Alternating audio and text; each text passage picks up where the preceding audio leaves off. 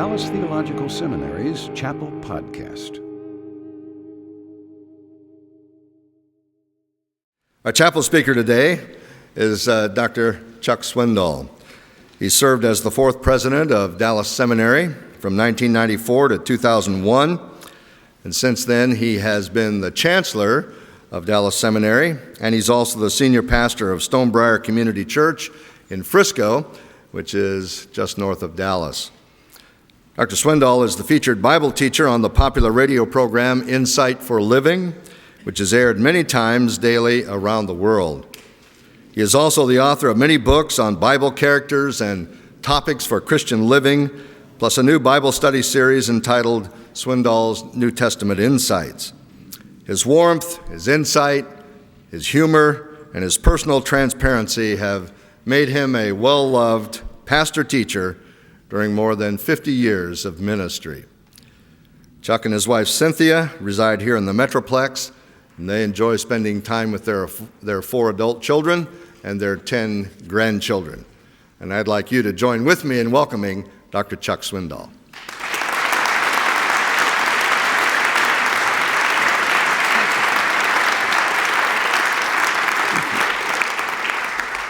I have a question you've never been asked before.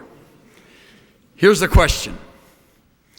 Are you terry cloth or wire mesh? Yeah, you heard it right. Terry cloth or wire mesh. Dr. Harry Harlow loved to stand by the animal cages in his University of Wisconsin laboratory and watch baby monkeys.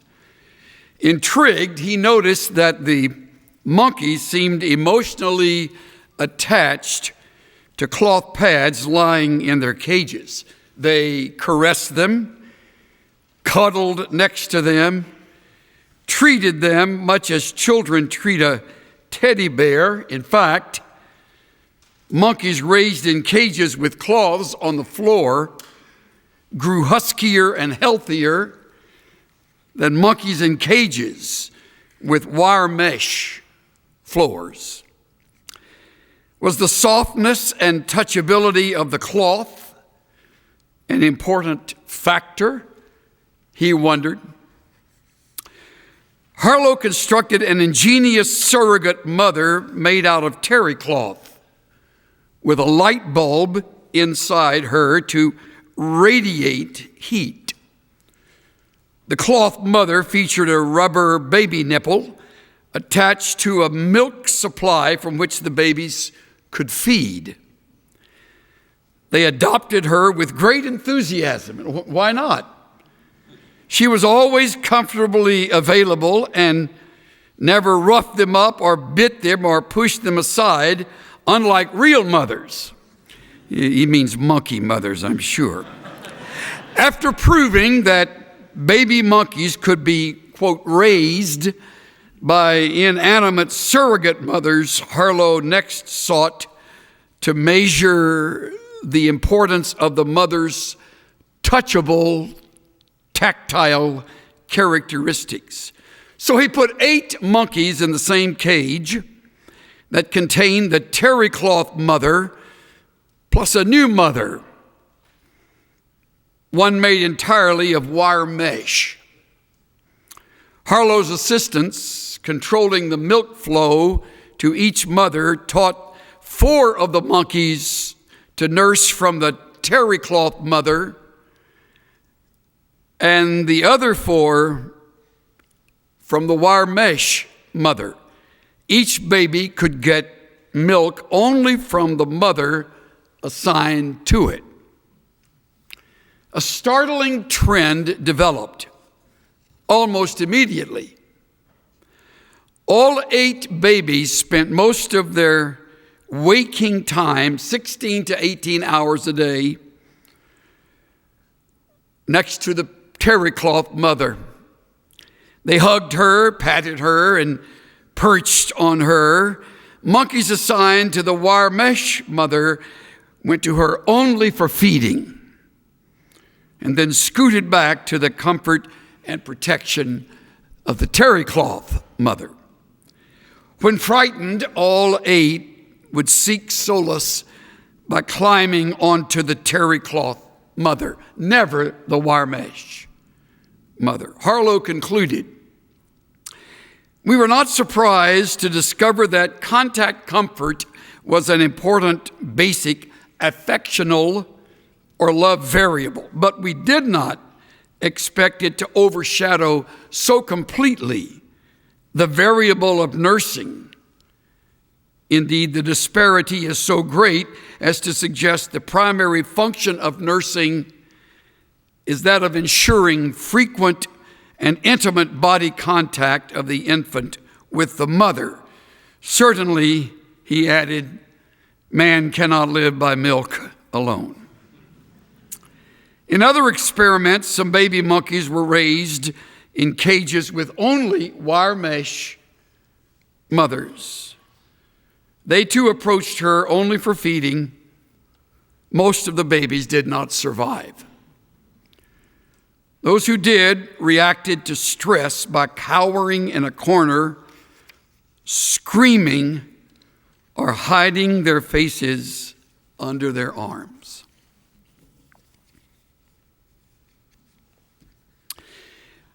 Are you a terry cloth or are you wire mesh? That experiment with baby monkeys, when applied to those of us in ministry, can prove quite convicting. Stop and think. You've been far enough along in your education to have terry cloth professors and wire mesh professors. How about terry cloth pastors as opposed to wire mesh pastors?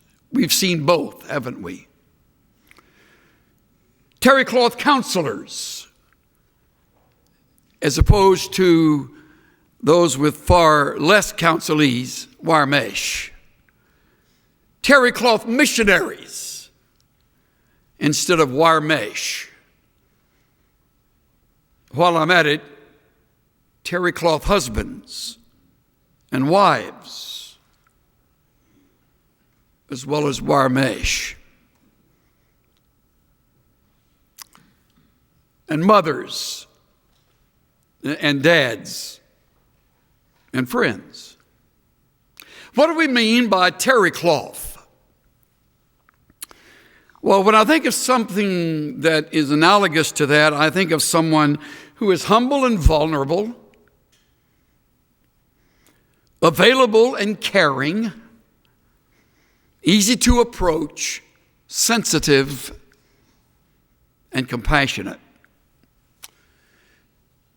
And you already know what I would say regarding the wire mesh. Individuals are proud and closed, distant and harsh, critical and judgmental.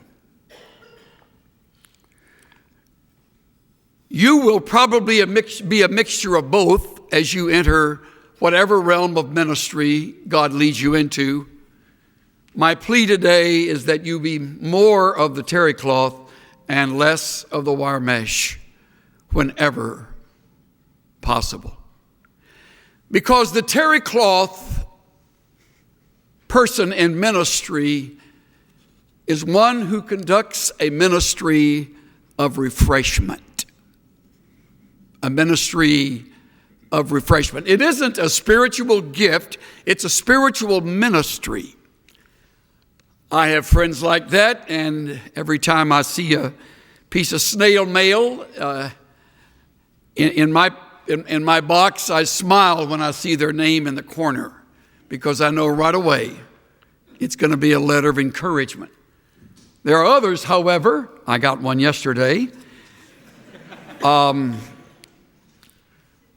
will tell you that you blaspheme the name and work of the Holy Spirit even though you preach your heart out, and a number of other things that mean you need to shred the letter rather than read the letter. I always say I'm not going to pay any attention to it, then I memorize it. Isn't that amazing how we are? It's just amazing. Think before you put your critical comment into writing. And certainly don't do it through an email. Do it face to face if you have something to say. Because not all criticism is wire mesh. Some of it is essential. Faithful are the wounds of a friend, but deceitful are the kisses of an enemy. Proverbs 27:6. So, today I want to talk about the ministry of refreshment. Some of you need to hear it more than others, but let's all listen closely.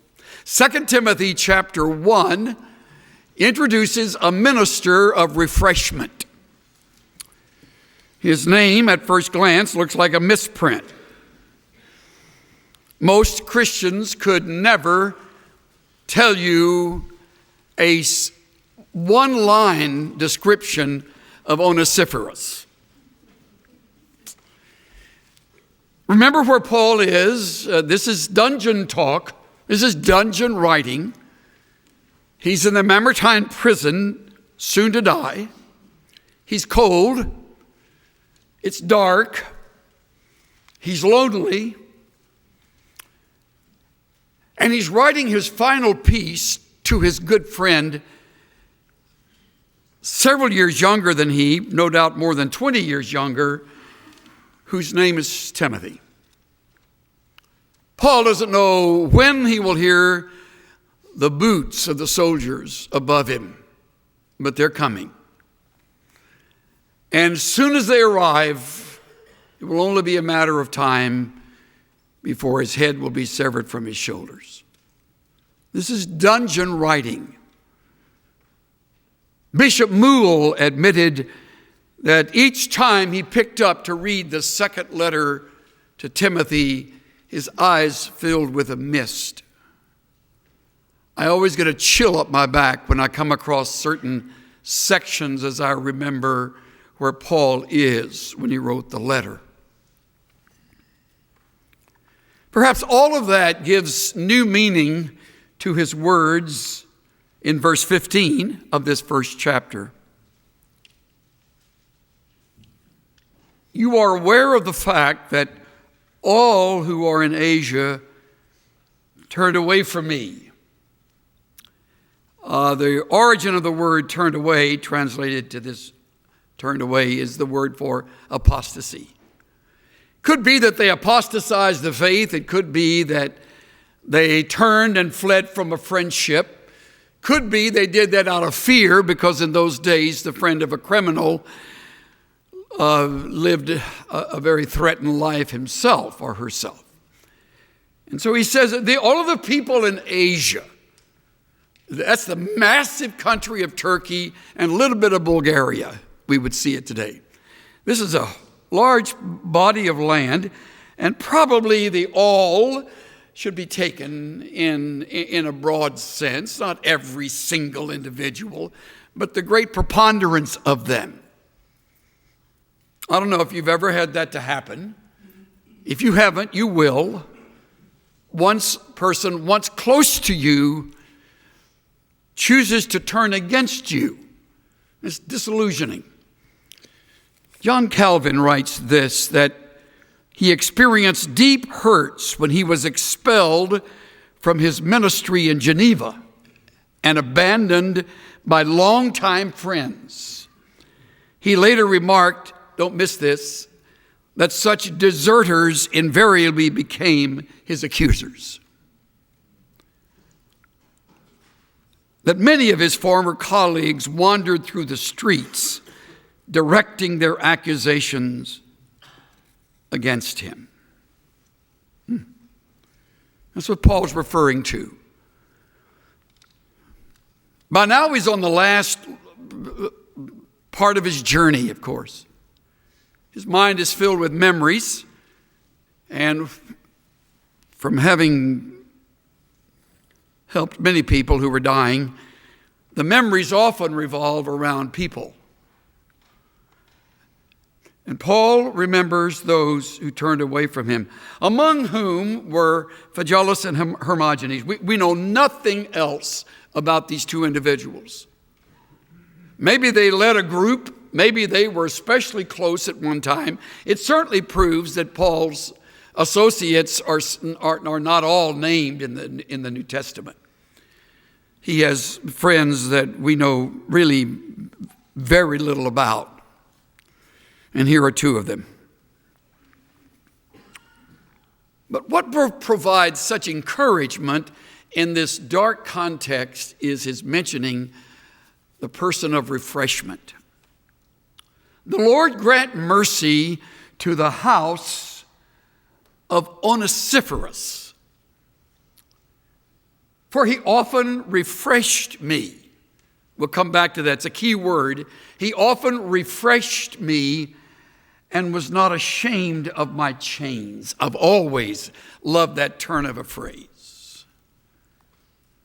Paul is quite likely not only shackled with hands, but also in his legs. It's the word for shackle. Wasn't ashamed of the steel cuffs. The point is, he wasn't ashamed of the fact that I was incarcerated. That's a friend, by the way. If you have a friend who has, for whatever reason, wound up in prison, it is the easiest place to distance yourself from that person. I've shared with you before in years past of my younger son's, one of his closest friends made a foolish mistake on more than one occasion and wound up in Huntsville for 12 years. He so happened to have had a poor lawyer, and the one making the accusation had an excellent lawyer, and they got the maximum sentence. I was always proud of Chuck for taking the time to drive to Huntsville to be with his friend. Chuck would say to me, well, Dad, if he ever needs a friend, he needs him now. In your ministry, you will have some who desert. You will have some who fall aside. I hope it will never be named of you, but it will be named of colleagues. Some of your classmates will fall, tragically. The simplest, the easiest thing to do is write them off and talk about them.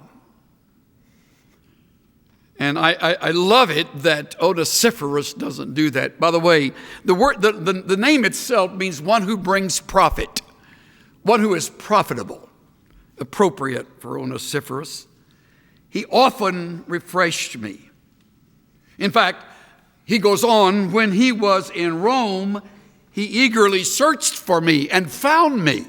Rome's a massive city, and since ancient days has been, with all its serpentine alleys and low-lit streets. This man searched him out to find him.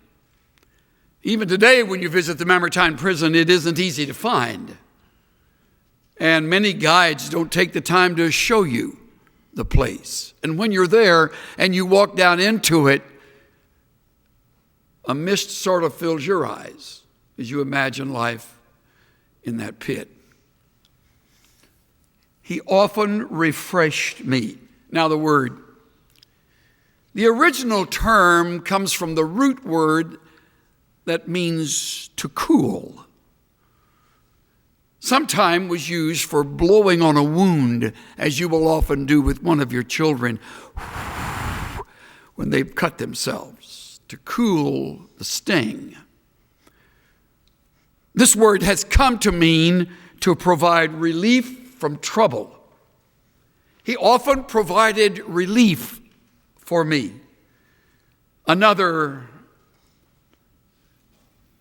definition, to give someone breathing space, to revive, to refresh. It appears only one other time in the New Testament, Acts 3:19, referring to times of refreshing. Refreshing, cooling. Onesiphorus, otherwise unknown, mentioned only in the last chapter of this book, as he refers again to the household of Onesiphorus, causing some to believe that he's now dead. I won't get into that. The point is, the memory of him is very much alive. And Paul can call to mind those occasions when he came to him and refreshed him. And don't overlook the term often. In fact, it wasn't just Paul he refreshed, lest it could seem he was a name dropper, close enough to Paul to be in his presence.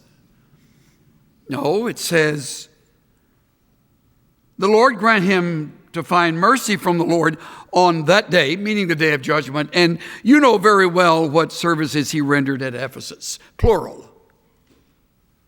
That's a long ways away. Over there in Ephesus, you know, Timothy, by the way, is what we would call pastoring a church among the Ephesians. I think Timothy knew Onesiphorus well, because I believe he was a minister of refreshment to Timothy and to many others.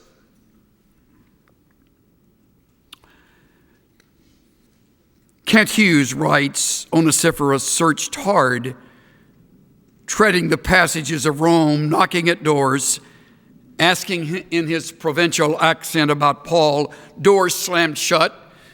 Disapproving eyes watched as he continued his search, but he refused to desist.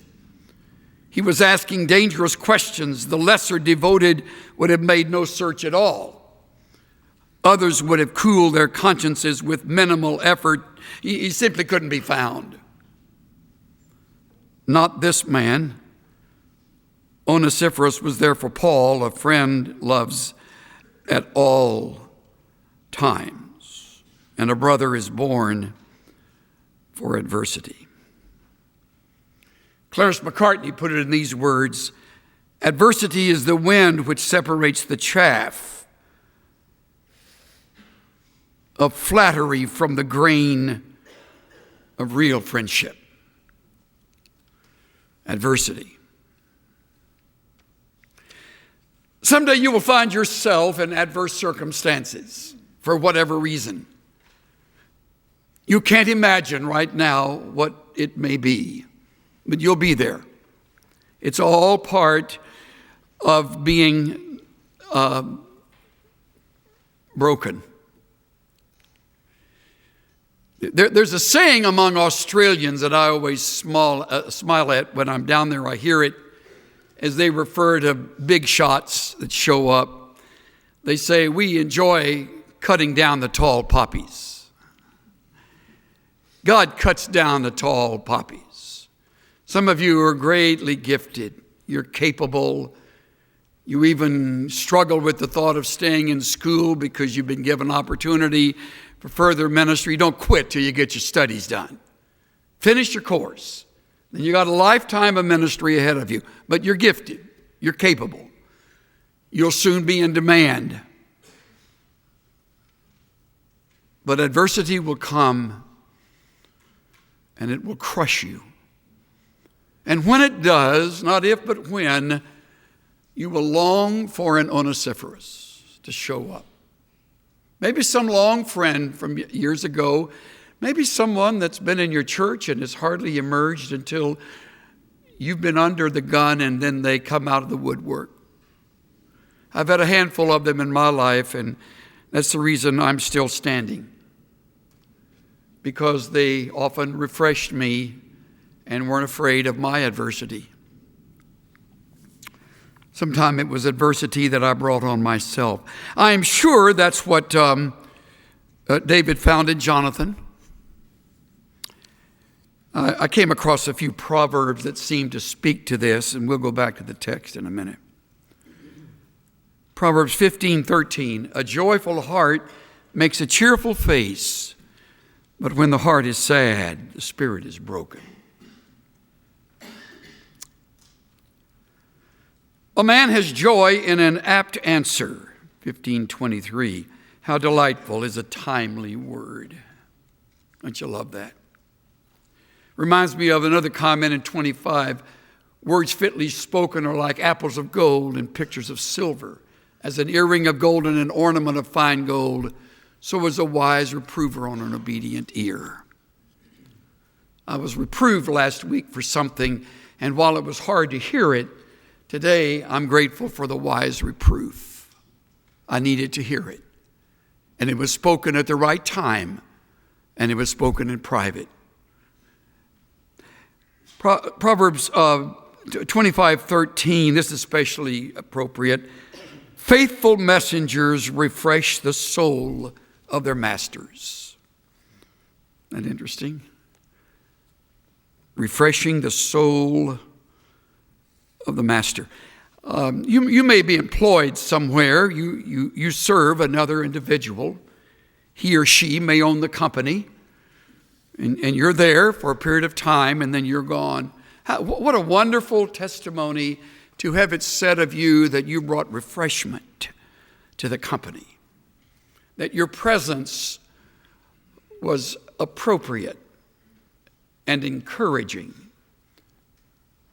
And that is the way it was with Onesiphorus. The Lord grant mercy to the house of Onesiphorus. Isn't that interesting? A man of mercy, and he asked that the Lord bring mercy to his house. And then, having said what he said about what he did in Rome, he goes on to say that he was known for that in Ephesus. Alexander White was 47 years the pastor of the Free Church St. George in Edinburgh, and has written a number of things. I think his best are his Old Testament characters and New Testament characters, and he writes in his volume on New Testament characters these words. Onesiphorus was an elder in the church of Ephesus, and a better elder there never was. A rare and remarkable man. Paul had been Onesiphorus' minister for 3 years. And they had been 3 years of great labors and great sufferings on Paul's part. And you come to know your elders pretty well in 3 years, like Paul's 3 years in Ephesus. So he knew him. But notice, if you will, he didn't forget him when Paul was across the Aegean, across Greece, across the Adriatic, up into South Central Italy. That's a long journey. I think at times when I refer to Onesiphorus, he might very well have moved to Rome temporarily to be near his former pastor and longtime friend. All the elders in Ephesus, writes White, all the elders in Ephesus loved Paul and had good reason to love him, but all taken together, they did not love Paul as Onesiphorus did. It was Onesiphorus more than all his colleagues in the eldership who had kept the apostle alive during those 3 years. Many and many a time, Paul would have fainted altogether had it not been for Onesiphorus. My message today is really very simple. Because you will be the leader, no doubt, quite likely, the leader in whatever ministry God brings you into. You will quite likely be better educated than most, if not all, the colleagues around you. You will have a mind that's been sharpened in the doctrines. You will know the languages that most of your colleagues will not know. You will be the one who speaks for the ministry, quite likely, if you're the leader. And you will therefore be the most visible. And with that, the most vulnerable. I urge you to cultivate relationships with those around you so that they will know you are terry cloth. They will know that you are vulnerable. You have needs, and you're teachable and available. I think it says a lot for Paul that he was willing to say what he said and to do what he did when Onesiphorus showed up, rather than, oh no, everything's fine, doing great. Like a friend of mine in Florida, every time I showed up, I'd say, how you doing? Fantastic. I could just hear his voice ring around the airport. It was a way to get the luggage. I returned to the little school where he was serving as president the next year. And how you doing? Fantastic. Not quite as loud, but the same nonsensical answer. Nobody is fantastic unless they are terribly blind. I happen to know what he was living with. By the third year when I was back, his wife had left him, taken the kids. The school was about, I'm going to guess, the 10th of the original size, and ultimately went under. I showed up that day, and when I saw him, he just threw his arms around me, broken and hardly able to talk. And I said, well, same question. He said, I'm growing and I'm learning, and I am not fantastic. Paul is growing and learning, but he isn't fantastic. Not a member of this faculty is fantastic. They have needs just as you have needs. They face pressures just as you. They're different pressures, but they've got them. They have wives and husbands. They have families. They have responsibilities. They deal with you. And a lot is asked of them, and I rarely blow smoke on them because I don't want them to think that we kind of sit in awe of them. But every once in a while, when I'm driving to Dallas Theological Seminary, as happened to me this morning, I just thanked him for the profs, some of whom have been here since I was here. Many of whom, fine men and women, added since that time. Every once in a while, could you find it within your ability to be a source of refreshment for one of them? I heard a marvelous story when I was serving as president. I would always have the THM guys and women in for a final setting and always ask them searching questions. It was in the president's office, and the door was always closed. And I told them, what happens in this office stays in this office. So talk freely. And one of my favorite questions was twofold. What have you really liked about the school and you wish would even be intensified more? And what do you really not like? It was amazing how often, how do I say this? The names of certain professors emerged among those who were their favorites. Everybody has favorites, so don't look at me like that. And they would say, I'll never forget Dr. So-and-so. And one young student graduating sat there really quietly, and he said, I want to tell you a story, Dr. Swindoll. And I said, great. I love stories. He said, I think it was my third year, and I was just going under. He said, we were handed our exam, and I sighed, and I just began to weep. He said the professor noticed that. I won't call his name because it would embarrass him. But this man and several others all through those interviews mentioned the same professor, interestingly. He said he walked over to me, and he leaned over and he put his arm around me, and he said, what's wrong? He said, I began to sob, and I just kind of mixed between embarrassed and grateful that he would take a moment. And he said, he whispered to me, just tell me what's wrong, very tenderly. And the young man said, I don't know if my wife will be there when I go back home. We had a horrendously difficult weekend. Our marriage is not strong. And he's saying this just as quietly as he can because there are other students around. And the professor said to him, give me that exam. So he took the exam and he said, you go home.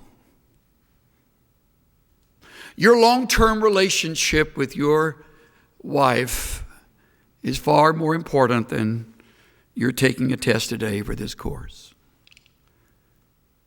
And then he just, in our meeting of about 8 or 10 students, he just started to cry. By now, all of us are, kind of choking back the tears. And he said, I'll forget a lot of other things, but I'll never, ever forget that professor. Now, I can just hear some of you thinking, tell me who he was.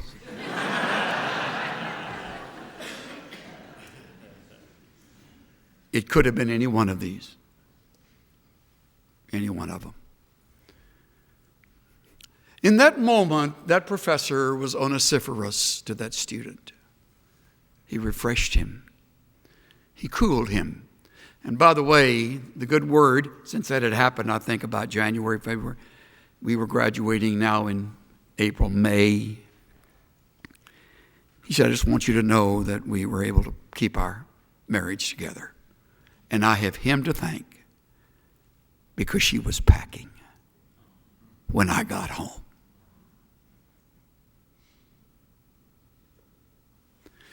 You never know by looking around where the Pauls in prison are. I can never guess in our congregation. And every once in a while, when I stand there till the last person is left, I say to Cynthia on the way home, I had no idea that so-and-so was going through such and such. And of course, she didn't either. And I said, frankly, I would have named him as probably one of the stalwarts who hardly has a need.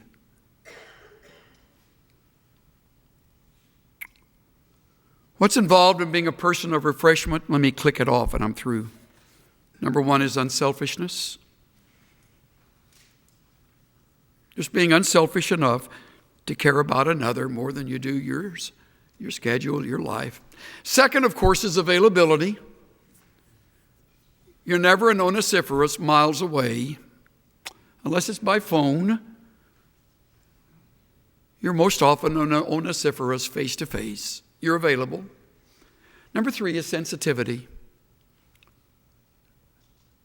Your heart can feel the ragged edge of another heart without it needing to be spelled out. You have a sensitive spirit. A fourth would be determination. He often refreshed me. He was often back at this cell. He was often in my presence. He often brought food. In those days, prisoners often died for lack of food. Government didn't feed them. They didn't have friends or family. They died.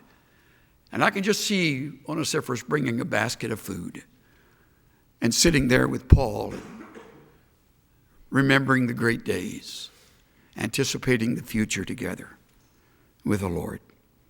Determination. Finally, of course, would be compassion.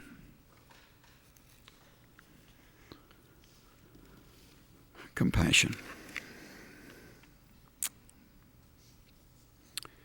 One more time, I'll walk through words of Alexander White, and I'm through. Paul might be the greatest of the apostles to Onesiphorus. He may be all that and far more than all that to you and me. But he was only number so-and-so to the soldier who was chained there to him. You would not have known Paul from any other convict in his own penal settlement. Paul was simply number 5, number 50, or number 500, or some such number. From one barrack prison to another, Onesiphorus went about seeking for Paul day after day, week after week, often insulted, often threatened, often ill-used, often, no doubt, arrested, detained. Till at last his arms were around Paul's neck. The two old men were kissing one another and weeping to the amazement of all the other prisoners who saw them. Noble-hearted Onesiphorus we bow before thee.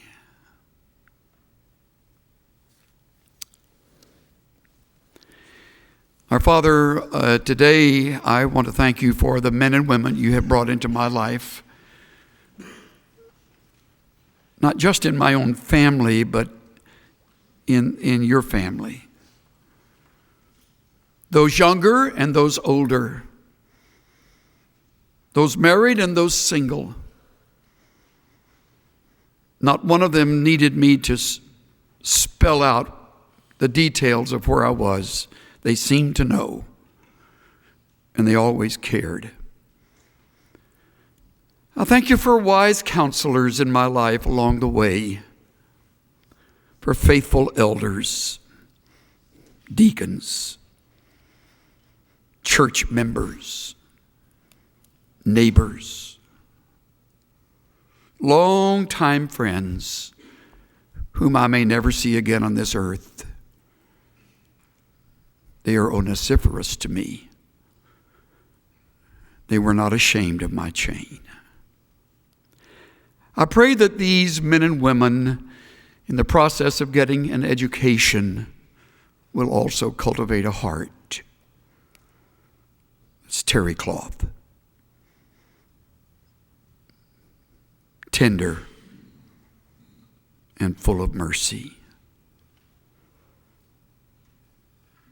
Be glorified in our lives, our Father, not just when we lead and teach and preach, but when we lean over and put our arms around another and bring cool refreshment to their lives. Be glorified. The matchless name of Jesus. Everyone said.